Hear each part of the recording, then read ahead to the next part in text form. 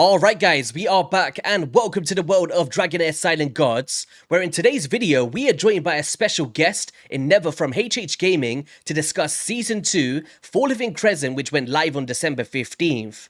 Now I also want to thank Dragonheir for sponsoring today's video, so we can dive into the new Sandbox to explore the mysterious islands of Evercairn, and also speak about new strategies and developing new teams to conquer the sea.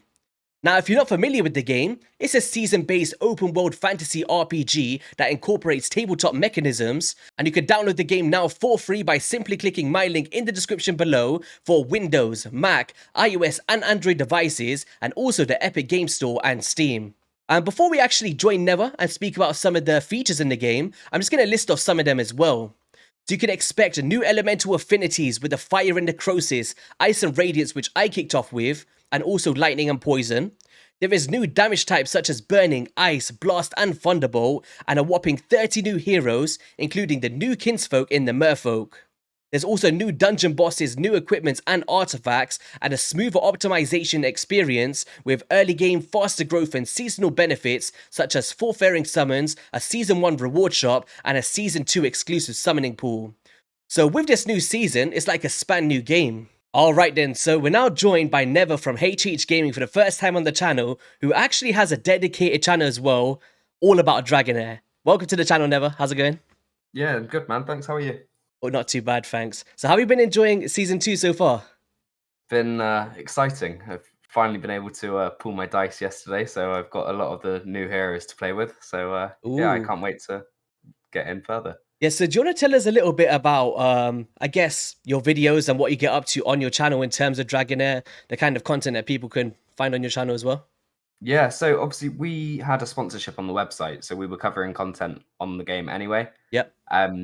And there was just some areas that we obviously, I know you guys do videos, but with it being sponsored, there was a lot of gaps that we kind of needed to fill for articles. So I figured I might as well give it a try and start doing some videos alongside the articles that we're doing. And from there, I've kind of just evolved to doing more guides and kind of just documenting what I'm doing on the game, which is a weird adjustment because obviously I've written content for the website since we opened it, and it's Yeah. very different. Yeah, But no, it's I'm like really enjoying it. it's really cool because like obviously we all cover like other games as well, and it's cool that a part of the team. Like I've known you for over a year now since I joined the team, and you know having the different avenues of different content styles is actually it makes me want to play this game even more. It's like oh now we got someone that knows exactly what they're doing, so we can speed up our process, and that's why I wanted to bring you on. So we've got Season 2, we've got the world of Evercairn, like a new adventurous islands and all of that good stuff. I'm seeing treasure stuff with the Finding the Sea as well, which I'm hoping to do at some point. But I guess like I just wanted to talk about how important and how things have changed over this season. I guess starting off with synergies because we've got three different elements that pair together, right? If you want to dive a bit into that and how effective that is. Yeah. So if you press the plus in the top corner a sec, Yep. as you can see, we've got fire, lightning, and ice as kind of like the main elements for the for the game in general. Mhm. But there's also radiance, there's necrosis, and there is poison.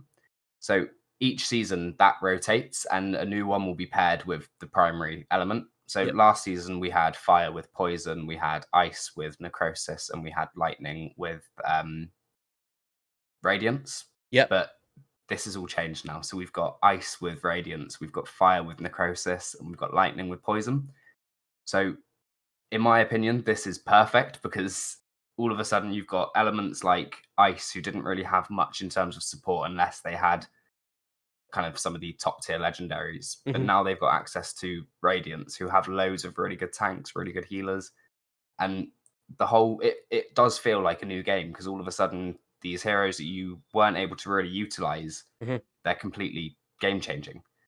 So I Yeah. know obviously you've got quite a strong ice team there, but had it been last season, you'd have been struggling to find a healer. Yeah, But 100%. Because you've I got remember in the Jillian. last season, I was actually like just pairing champions that I really just liked in terms of aesthetics because I like the art style in this game. But Yeah, like in this season, I kind of made the decision, especially with speaking with you behind the scenes, of oh, you know, pairing these together. Like you can see that there's a bunch of frost in here. Now that we can pair it with radiance, I'm getting a value for that in battle. So, do you want to just break down how impactful it is to have these right elements paired together, apart from being someone like myself who is a casual and just putting whoever we want in the same squad in a sense?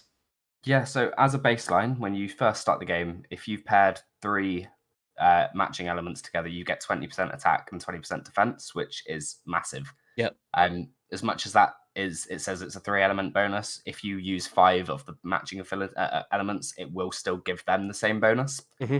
But as you progress through the game, you can upgrade what's called the Psyche Core. And yeah, there you go. So as you progress through the game, you upgrade this tree, and each different one gives you a certain amount of stats. Yeah. Like you'll get attack for each element, you'll get HP for each element, and at the the fifth tier, Hmm. you get the 5 elemental bonus. So that basically increases the elemental damage you're able to put out from these teams if you've got 5 matching elements. So for So someone like me that's going with like Ice and Radiance, I'll be going for this one here, right? The yeah, Limpidity exactly. one. So obviously, eventually, you will be able to fill this completely. Yeah.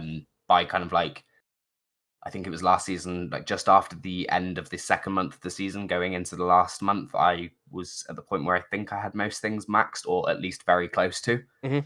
Um, but yeah, the damage bonuses you get at the end, especially with the new Ice Blast champions that they've put, the new Ice Blast heroes they've put in, the amount of damage you're going to be able to get if you get that final tier is Hmm. insane. But at the same time, you get damage reduction as well, so it just makes everything so much easier. Hmm. And yeah, I mean, if you're not matching those elemental bonuses, obviously you're losing a lot of stats, you're losing a lot of defensive capabilities with damage reduction, Hmm. and realistically, it's just going to hurt your progress significantly. Yeah, 100%. I actually neglected this quite a lot in the last season. I remember Yeah, showing you did. you, and you laughed at Yeah, me. I was sad. I didn't laugh. I think I cried. It was awful. It was so funny, guys. You know, like when like I felt like a noob. I was going to Never like kind of proud of this thing, and he was like, "Yo, what is this, man?" But yeah, what else I wanted to speak about actually is this start of journey thing that I've kind of seen here. Okay. I think this is like really cool for players coming in, right? Or just revisiting players coming back in for season 2. And because it's time gated, I did want to speak about this briefly, like staying on top Yeah. of this, getting free Heliolite dice. Is this something that you kind of entice players to always go for, right? Straight away? I mean, realistically, if you're playing like you should, you Yep. will be completing this passively anyway. Yep. I've kind So of figured that as well. I'm like halfway through yeah. already. So realistically, to upgrade your heroes, you're going to need to do Goblin. You're going to need to do the domains to be able to take them to the next rank. Hmm. And once you've kind of built a team, you're going to need to look at gearing them. Obviously, the next set of points comes from the gear dungeon. Hmm. So these things are really easy to kind of get. They may as well be daily login rewards at this point. They are things that you will be doing, as well as obviously exploring, completing the quest. Yeah. They, I mean, I guess they've just kind of put it in to prompt you for what you should be doing if you're not aware. But Yeah. it's it would be very hard to not do it. Let's say Yeah, it's that. definitely very good rewards. Like coming in with the Heliolites, like 2 of them. I was like kind of shocked. I thought it was 1. I was like, Well, yo, there's going to be just more tomorrow. more tomorrow as well. Yeah, that's pretty Yeah, so insane. they've just announced that there's going to be a 5-day login reward over Christmas. So everyone Oh, will get 5 nice. Heliolite dice and a Christmas avatar banner. Ooh, gee, So I love my cosmetics. That's like one of my favorites. it's honestly the reason I buy the battle pass. Like So, last season, it was like the last day or something. I was like, yeah, I just need to buy this for the avatar. so all right. So leading into the next one, I actually wanted to speak about was the kind of dungeons that we got. Right, like we're used Yep. to specific ones, but I did notice that of course there's 2 new bosses with the Fey Meander, and then there's also the other one. I forgot what it was called in the I challenges. can't remember its name, but it's the new weekly boss. Yeah, so it was down here. I think it was the once into a battle or something, right? In the Dusky I can Tower. tell you the name. Yeah. Yeah. So those was really cool. Like if you guys want to check out the last video as well, we managed to take those down. But because we're on the live server now, not the test server, I just haven't unlocked it yet. But in You terms will of do very soon. yeah, but in terms of dungeons themselves, I've heard that there's a lot of changes to them, right? Especially stuff like the Grave of Venom. Like, there's now 2 different, or like there's 4 of those bulls, right? You have to fight or something. Yeah, so I'll be honest, I did think there was going to be more changes for the dungeons because they did say they were going to rework all the bosses, Yeah. but they are mostly the same. Okay. At least from what I've seen so far, I kind of tried to stay away from them a little bit on the test server to give myself a bit of a like clouded judgment going into season 2. I wanted to experience it properly then, rather than knowing everything the first day. Hmm. Like, don't get me wrong, I did play around on the test server a little bit, but so the biggest change with Grave of Venom is the fact that you need to bring more. The more debuffs you bring, the better advantage you have. Mhm. You are obviously going to take more damage as well from these extra 2 orbs, Yeah. but at the same time, they're not placing defense penalty on you this time. Also, So decreased defense completely taken out this season, right? well, it's not completely taken out. It's just not on this fight. Okay. So yeah, one of the 2 orbs at the front. So last time, obviously, there was 2 orbs. The one closest to the left Yeah. placed defense penalty on you.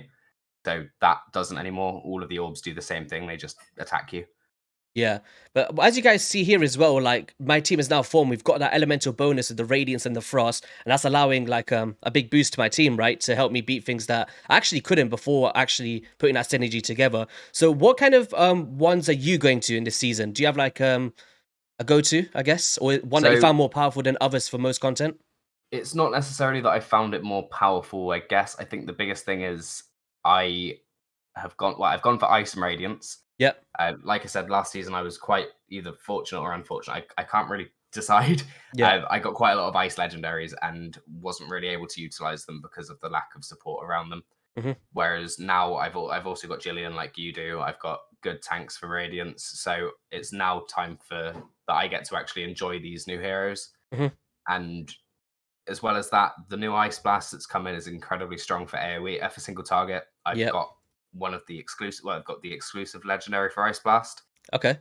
and I've also got very good AoE damage dealers for Frost as well. So I've got almost 2 teams in one. I just kind of need to shuffle it around, change the damage dealers, Yes. and I'm pretty So, set for most things. so in terms of like the best heroes coming in for season 2, do you want to just like list off maybe your top 3 of ones that you feel are the ones that you would want to go for the most for players out there that might summon them?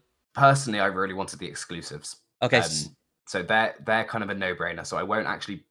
I'm not going to pick those as my 3, but I will say that the exclusives for each of the new damage types are so So good. that is Beldel, Beldel, Bacante. Bacante, and Ashetius. Yeah, those, and that's the guy with the clubber hands, right? He comes with a fire animation. I got him and I got Beldel. I didn't get Bacante. Yeah, I think Saf got Bacante, a lucky guy. Yeah, he did. Yeah, he did. But what you say that he's got nothing to enable it, so he's actually struggling to get the most out of it at the moment. Ooh, so he's just trying to find that synergy right now. Yeah. So what we think is that the other legendary Thunderbolts are pretty vital to get the most out of him. Hmm. But yeah, those 3 are without a doubt the strongest Hmm. kind of options because I mean, realistically, if you get those 3, you can build their like corresponding teams around them, and they will kind of pull most of the weight. Yeah. But outside of them, Is Shinna very powerful? I know that she's introduced as a new faction in a sense, right? In the Merfolk, the mermaids. do you know what? She is one that I would put in my top 3 because she's so good at enabling other. Yeah, I was Ice playing on the Blast test damage server, dealers. and do you know what? In the last season, right? I'm not sure how many characters actually had it, but you know that animation when they do their secret skill in a sense, like their main Yeah. skill, and they come in and do a crazy stuff. When I started seeing all of these new season 2 ones doing it, I was like, yo, they've got me here. I need to summon these now. Yeah, so she is really good at enabling the other Ice Blast heroes. She provides them with loads of ice crystals, which basically means they repeat their battle skill repeatedly. Okay. So she has to go into the top 3 of the new heroes. Oh, so she will pair very well with like someone like a Beldel, right? Or She would Beldeli. be Yeah. amazing together. I honestly, I wish I got her, but it is what it is. Outside of that, if you go to Necrosis, Yep. there is a tank there called what's the name? Questitia. Oh, Questia, maybe? Casita. Is that how you say Yeah, it? something like that. Casita. Yeah. Yeah, so I think this hero is really cool.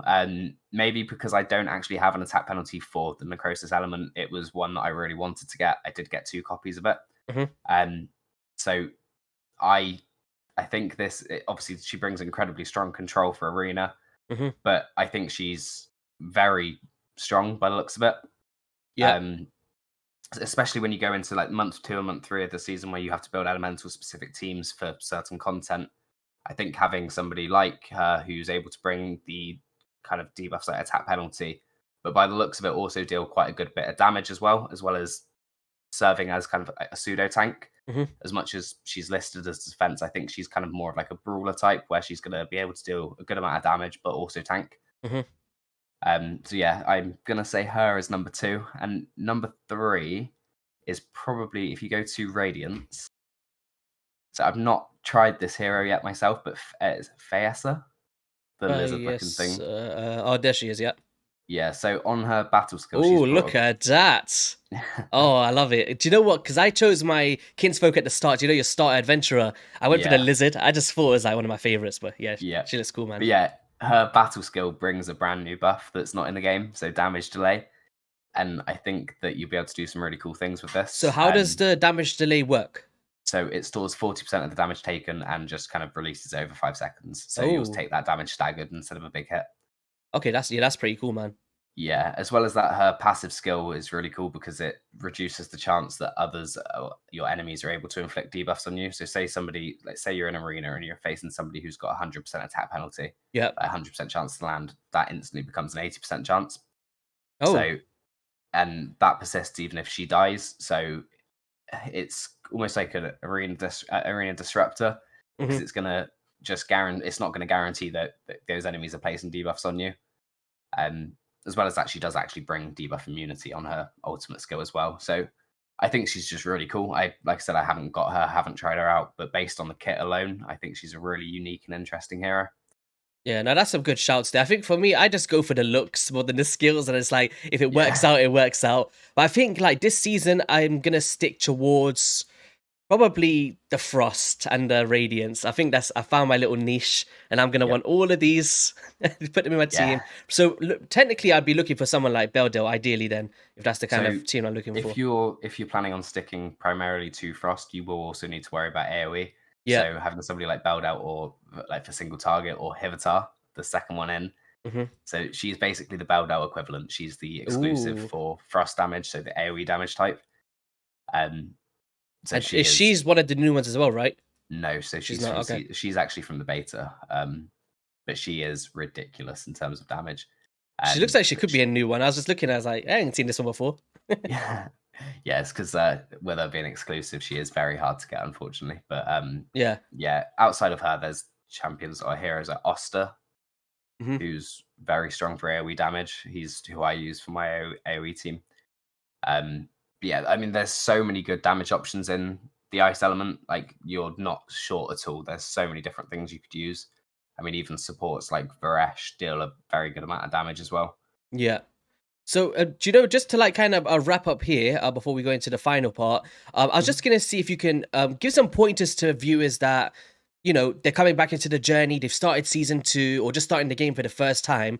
And Yeah. what would you recommend players to focus on at the start? Because it could get a bit overwhelming, right? We've got the new Evercane Islands trying to do that storyline. And, you know, we want to rank up our heroes because they've been taken back to 0 again after the Well, season reset. So what kind of ways would you go to kick off your journey?